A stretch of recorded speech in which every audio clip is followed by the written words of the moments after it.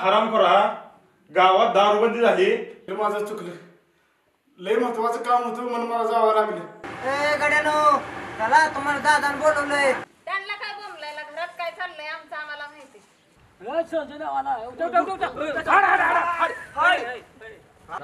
डोक्याला झालाय तुला सांगत आपल्या सरपंच घरी जायचं. अहो सरपंच असला म्हणून काय झालं, गावात दिंडी झाली, जत्रा झाली, होता का? नाही होता का?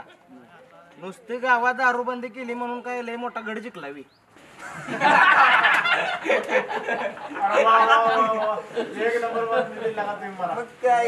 बरं झालं जरा जीवा आला मला. अरे पण तुम्ही अशी तोंड का पडून बसलाय? परत चालू जरा विचारा.